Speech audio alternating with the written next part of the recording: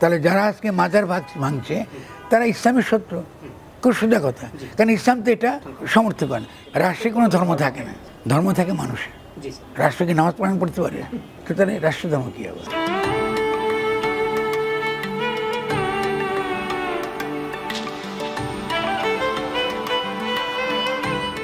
মাজার ভাঙ্গাটা কি ইসলামে বৈধ? কেন বৈধ না? বৈধ না, ইসলামে ফতোয়া দিতে পারেন, মানে মাজার সম্পর্কে আপনার মতামত দিতে পারবেন না, কিন্তু ফতোয়ার দেওয়ার পরে এটাকে বাস্তবায়িত করবার যখন আপনি নিজের হাতে নেন, তাতে বোঝা গেল আপনি ইসলাম বিরোধী শক্তি। ইসলাম এটা আপনাকে অ্যালাউ করে না। তাহলে যারা আজকে মাজার ভাঙছে তারা ইসলামের শত্রু। খুব সোজা কথা, কারণ ইসলাম তো এটা সমর্থন করে। কিন্তু আপনি কিন্তু এটা সমর্থন করে যে মাজার ইসলামের সংস্কৃতির সঙ্গে যায় না। গুড, এটা ফতোয়া, মত, এটা আপনার মত, কিন্তু এটা আপনার মত হতে পারে, আমার মত নাও হতে পারে। কারণ আপনি ইসলামকে এভাবে বুঝেন, আমি ইসলামকে এটা নাও বুঝি। তাহলে উচিত হবে আমাদের কথা বলা। এই যে অভিপ্রায় বললাম, একটা সামষ্টিক অভিপ্রায় তৈরি করা। তাহলে মাজারের আপত্তিটা কোথায়? মাজার পূজা আপনার আপত্তি ভালো, কিন্তু যারা মাজারে যায় তারা তো মাজার পূজা করে না। মাজার তো স্মৃতির জায়গা, এটা একটা স্মৃতি, এটা তার স্মৃতিধাম, ঠিক আছে? সেখানে তারা গান বাজনা করে। তো ইসলামে গান বাজনা হারাম কোথায়? ইসলাম তো গান বাজনা হারাম নেই। ইসলামের কোথায় আছে? কোথায় আছে? এগুলো তো কোথাও নাই। না, তারা কথা গুগুর তারা ভুল বলেন। তাহলে ইসলাম সম্পর্কে হযরত দাউদ নবী হলো কী করে? গান করে তো নবী হলেন। তারা যেটা বলেন যেখান থেকে তারা এটা তাদের ব্যাখ্যা, তো তাদের একটা ব্যাখ্যা বা মতটা সমাজে থাকতেই পারে। তা আরও তো আলেম আছে, তারা তো সমাজে একমাত্র আলেম নয়। তারা যখন বলেন যে আমাদেরটাই সহি, তখনই বোঝা গেলে তারা ইসলাম থেকে বিচ্যুত হয়ে গেছে। কারণ আমি তো আমার বক্তব্যকে কখনো সহি বলবো না। পুরনো আমলের যারা এই ধরনের বিধান করেছেন, সেই সময় মনে করা হতো যিনি শিল্পী, তিনি যখন মানুষের মূর্তি যখন তিনি তৈরি করেন, তখন লোকের মনে হতো যে তিনি বোধহয় আল্লাহর সমতুল্য হয়ে গেছেন। তো এই কালে 2024 সালে কোনো মানুষ তো মনে করেন না যে শিল্পীর ছবি আঁকলেই তিনি আল্লাহ হয়ে গেছেন।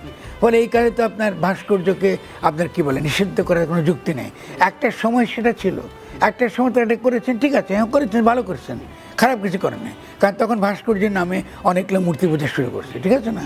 তো এখান থেকে সে তত্ত্বগুলো বেরিয়ে এসছে যে যারা বাছুর বানিয়েছে, সোনার বাছুর যে তৈরি করেছে, সে নিশ্চয়ই আল্লাহ হয়ে গেছে, কারণ সে সোনার বাছুর বানাচ্ছে। ফলে তারা সেই সময়কার পরিপ্রেক্ষিতে এটা আমরা তারা দিয়েছে। তো এখন কি আজকে এই সময় 2024 সালে এমন কোনো বেকুব কি কোথাও আছে যে বাছুর তৈরি করতে পারে সে আল্লাহ? এটা কেউ বলে না। তাহলে যারা ওই পুরনো কথার ভিত্তি করে আজকে এইসব কথাবার্তা বলে, দেখা গেলো এরা ইসলাম থেকে খারিজ হয়ে গেছেন, কারণ তারা ইসলামের সঙ্গে নাই। তারা ক্রমাগত অন্যকে তাকফির করছেন। তাহলে তাকফির করে সমাজকে বিভক্ত করছে। বিভক্ত করা মানে হলো এখন যেখানে ঐক্য দরকার সেখানে আপনি বিভক্ত করছেন। তা আপনি কার স্বার্থে করছেন? দিল্লির স্বার্থে, ইহুদিদের স্বার্থে, ইসরায়েলের স্বার্থে? এই প্রশ্ন তো উঠে যাবে, কেন করছেন এই বিভক্তি? আপনি আসেন, তর্ক করি আমরা। আজকে আপনি ধরেন আমার এই কথা যার পছন্দ না হয়, আসেন আপনি একটা সেমিনার করেন, আপনি বলেন, আমি বলি। আপনার ব্যাখ্যায় কোরআন একরকম হতে পারে, আমারও ব্যাখ্যাতে একরকম হতে পারে। এখন কোরআন বলছে আমি হেদায়েতের জন্য এসেছি, হেদায়েত মানে পরামর্শের জন্য আসছি। কোরআন কিন্তু কখনো বলে নাই আমি আইন, আমার কথা শেষ কথা, এটা কোরআন কখনো দাবি করে না। বলছে না হুদাল্লিল মুত্তাকিন, যারা সত্যিকারের বিশ্বাসী বা যারা আত্মসমর্পণকারী, তাদের জন্য এটা হেদায়েতের বই। তা আমি তো হেদায়েতের জন্য কোরআন পড়ি, তা আপনি কী জন্য পড়েন বলেন? আপনি আদৌ মুসলমান কিনা তো আমি জানি না। তারা যারা কোরআনের সঙ্গে সম্পর্ক তাদের ঠিক নেই, তারা কোরআন থেকে উদ্ধৃতি নিয়ে অনেক বক্তব্য দেয়, যে বক্তব্যগুলো কোরআন অ্যাপ্রুভ করে না, মানে কোরআনের সঙ্গে সঙ্গতিপূর্ণ না, ঠিক আছে? কোরআন তো এই যে কথা বলে দলিল, কোরআন কি দলিল?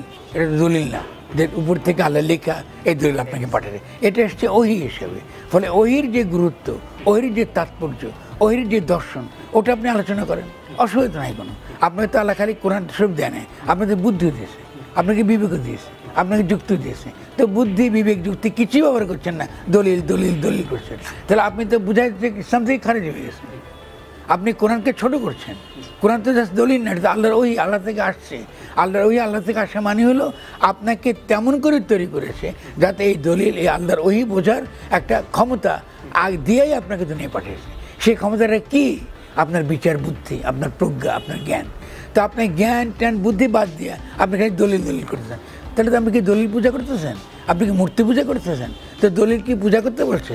তো কেন দলিল কথা বলেন? কিসের দলিল? রাষ্ট্রে কোনো ধর্ম থাকে না, ধর্ম থাকে মানুষের।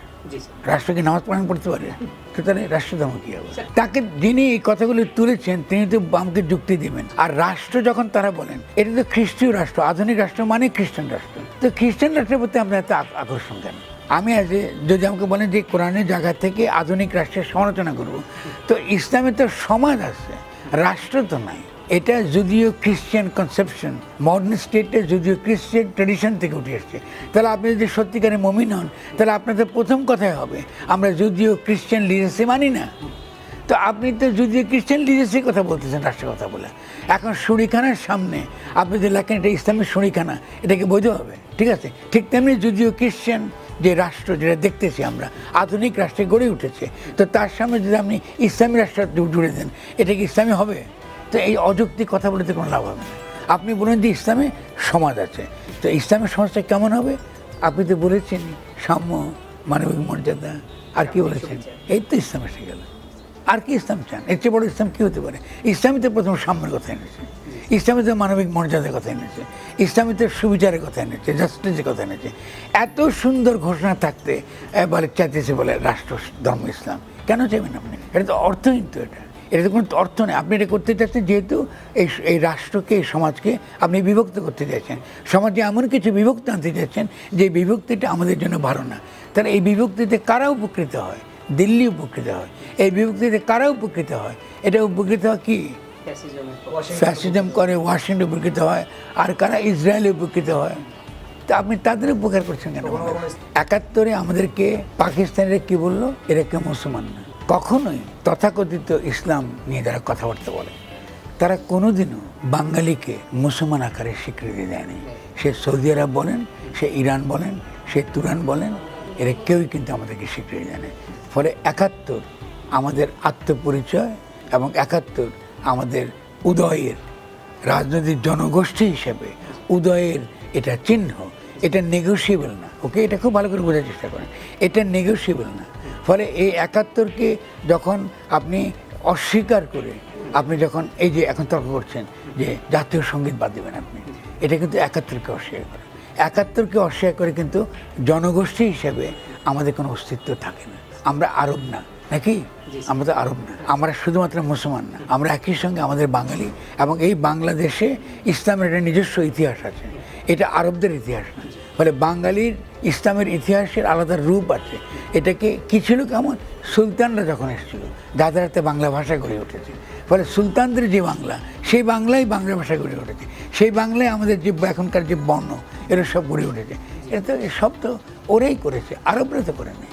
এখানে সুফিরা এসছেন, বিভিন্ন রকম মানুষ এসছেন, তারই মিথক্রিয়াস ফলে এখানে একটা জনগোষ্ঠী গড়ে উঠেছে যারা বাংলাভাষী, এবং ইসলাম তাদের একটা গুরুত্বপূর্ণ ধর্ম। তার পাশাপাশি কী ছিল? সনাতন ধর্ম ছিল। লড়ছে কার বিরুদ্ধে? ব্রাহ্মণ্যবাদের বিরুদ্ধে। লড়ছে কার বিরুদ্ধে? রাজড়ার বিরুদ্ধে, রাজতন্ত্রের বিরুদ্ধে। এখন ইসলামের নামে আপনি রাজতন্ত্র কায়েম করবেন, এটা আমি কেন হতে দেবো? আপনি ইসলামের যে ব্যাখ্যা দিচ্ছেন এটা তো সৌদি আরবের ব্যাখ্যা, আমি কি বাংলাদেশের সৌদি বানাবো নাকি? ঠিক আছে না? যারা আমাদেরকে এখন মিসকিন বলে, যারা আমাদের এখান থেকে কী করে, আমাদের সস্তা শ্রমিক নিয়ে ওদের ওখানে আমাদের কোনো সম্মান দেয়, তাহলে ডেফিনেটলি টর্চার করে ওখানে গিয়ে, ওখান থেকে লাশ আসে। তো এদের ইসলাম তো ইসলামই না, এদের ইসলামের ব্যাখ্যা শুনবো কোন দুঃখে আমি? ফলে 71-এ এই যে আমার মর্যাদা, আমার যে আত্মসম্মান, এটাকে আহত করেছে এটা বলে যে এরা যথেষ্ট মুসলমান হয় নাই। তারা আজকে যারা আমাদেরকে অতিরিক্ত মুসলমান বানাতে চায় তাদেরই বংশধর। তো এদের সঙ্গে তো আমাদের কোনো নেগোসিয়েশন হবে না। এদেরকে তো আমরা 71-এ পরাজিত করেছি। ফলে 71 তাহলে আমাদেরকে আবার ইনেট করতে হবে এদের বিরুদ্ধে। আমাদের তো 71 ইনেট করতে হবে, কিন্তু 71-এ করার পর আমরা কাদের হাতে পরাজিত হয়েছিলাম? পরাজিত হয়েছিলাম ফ্যাসিস্ট শক্তির হাতে, যারা ইসলাম নির্মূল করতে গেছে। তারা মনে করছে আমরা বাঙালি হয়েছি বলে আমরা ওই ইসলামকে ভুলে গেছি। আরে বাটা, আমরা তো ইসলামকে ভুলি নাই, it is a part of my history. কিন্তু তোমার ইসলাম আমি শুনতে রাজি না। আমার নিজের একটা ইসলাম আছে যেটা আমি রসুলের কাছ থেকে শিখবো, আমি তার উম্মত, আমি মিল্লাতে ইব্রাহিমের ধারাবাহিকতা রক্ষা করি। ফলে don't try to teach me Islam. বাঙালিকে ইসলাম শিখাও না, তুমি সেটা আরবে শিখাও গিয়ে, আরবে গিয়ে শিখাও গিয়া, আর ওই রাজতন্ত্রে খাও, আর ওই মার্কিন সাম্রাজ্যবাদের সঙ্গে তুমি হাত মেলাও। ওখানে গিয়ে কী আছে? মার্কিন আছে না, ঘাঁটি আছে না, তুলতে পারতেছো তুমি?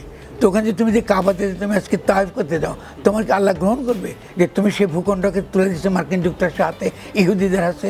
আজকে তুমি কিছু করতে পারছো ইসরায়েলে? তোমার চোখের সামনে মেরে ফেলতেছে সকলকে, ওখানে কিছু করতে পারতেছো না। আর এখানে সে বলতেছে তুমি আমার কি বলে বাংলার সঙ্গে জাতীয় সঙ্গীত আমি গাইতে পারবো না, সোনা বাংলা গাইতে পারবো না, রবীন্দ্রনাথ খারাপ, এখানে ইসলাম আসতে হবে, সংখ্যাগরিষ্ঠ মানুষ ইসলাম। না ভাই, এটা তো চলবে না, এটা তো অন্যায় কথা।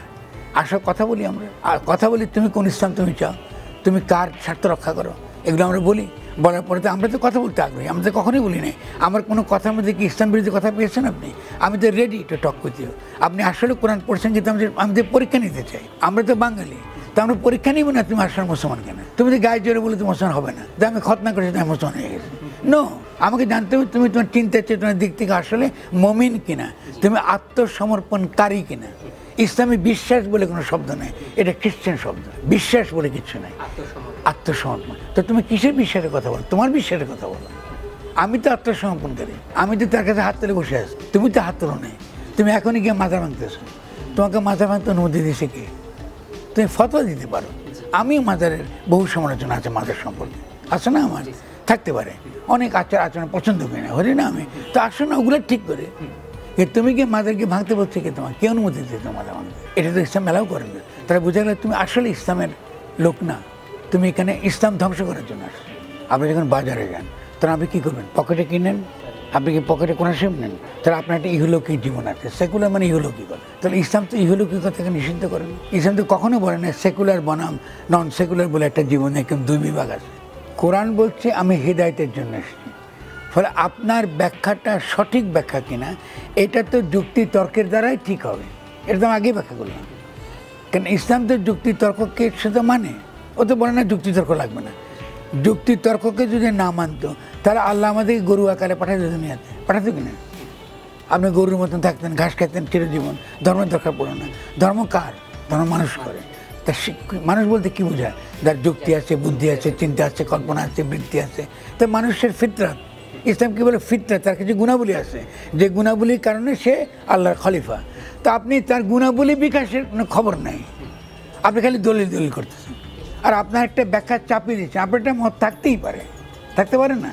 আমাদের প্রতি মত থাকতে পারে, কিন্তু আপনি কি করতেছেন? আপনি মত দিয়ে খান্ত না, আপনি তলোয়ার নিয়ে আসতেছেন আমাকে। আপনার মত না মানলে আপনি বলতেছেন আমি কাফের, আমাকে কতল করতে হবে যেহেতু আমি আপনার মত মানতে। তো হু আর ইউ? আপনি তো মুসলমানই না। আমি কথা বুঝে গেছি কথাটা? এটা খুব পরিষ্কার থাকতে হবে। কারণ আপনি যদি ইসলাম সব সময় মতকে মূল্য দেয়, এই জন্য ফতোয়া দেবার অধিকারটা কাদেরকে দিয়েছে? যারা ফতোয়া দেবার অধিকারী, যে আপনি সে বিষয়ে আসলে কোনো মত দিতে পারবার জন্য যথেষ্ট পড়াশোনা, কোরআন হাদিস আপনি পড়েছেন কিনা, 1 নম্বর। 2 নম্বর, ইসলামে আলেম মানে যারা খালি কোরআন হাদিস পড়ছে এদেরকে আলেম বলে না, আলেম মানে জ্ঞানী ব্যক্তি। তো তুমি জ্ঞানী ব্যক্তির মতামত শুনবে না কেন? হু আর ইউ? ঠিক আছে না?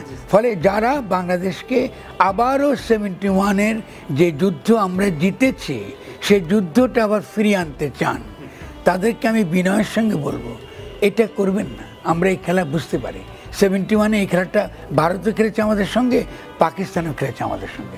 আমার সমস্ত সারাটা জীবন তরুণদের প্রতি ভালোবাসার প্রতি কেটেছে। আমি একটা ধারার সঙ্গে যুক্ত, ফকির লালন শাহের ধারা। এই লালন শাহের ধারার মধ্যে একটা খুব গুরুত্বপূর্ণ একটা সাধনার দিক আছে। সেই সাধনার দিক হচ্ছে যে আমরা গুরুবাদী এই কারণে যে সারা জীবন আমরা চেষ্টা করি একটা শিষ্য পাওয়ার জন্য। কারণ মানুষ কিন্তু বেঁচে থাকে জীবন্ত মানুষের মধ্য দিয়ে। তা আমি এটা ছোট্ট একটা ব্রজনাথের একটা ছোট্ট গানের কটা লাইন দিয়ে শেষ করবো, তাহলে অর্থটা বুঝবেন। তা আমার গুরু তিনি যখন তার দেহ রাখছিলেন বা তিনি যখন তার জন্য ওফাত হচ্ছিল, তখন তিনি এই গানটা সবসময় গাইতেন শেষের দিকে। তিনি বললেন মরলে গুরু শিষ্যের একই আত্মা। গুরু যখন মারা যায় বা যে কোনো আলেম জ্ঞানী ব্যক্তি যারা সমাজকে শেখায় যে মরলে গুরু শিষ্যের একই আত্মা, তাই হয়ে যায় পরমাত্মা। ওটাই পরমাত্মা। পরমাত্মা বলে আলাদা আকাশে কিছু হাওয়ায় ভাসতে তা না, তাই হয়ে যায় পরমাত্মা।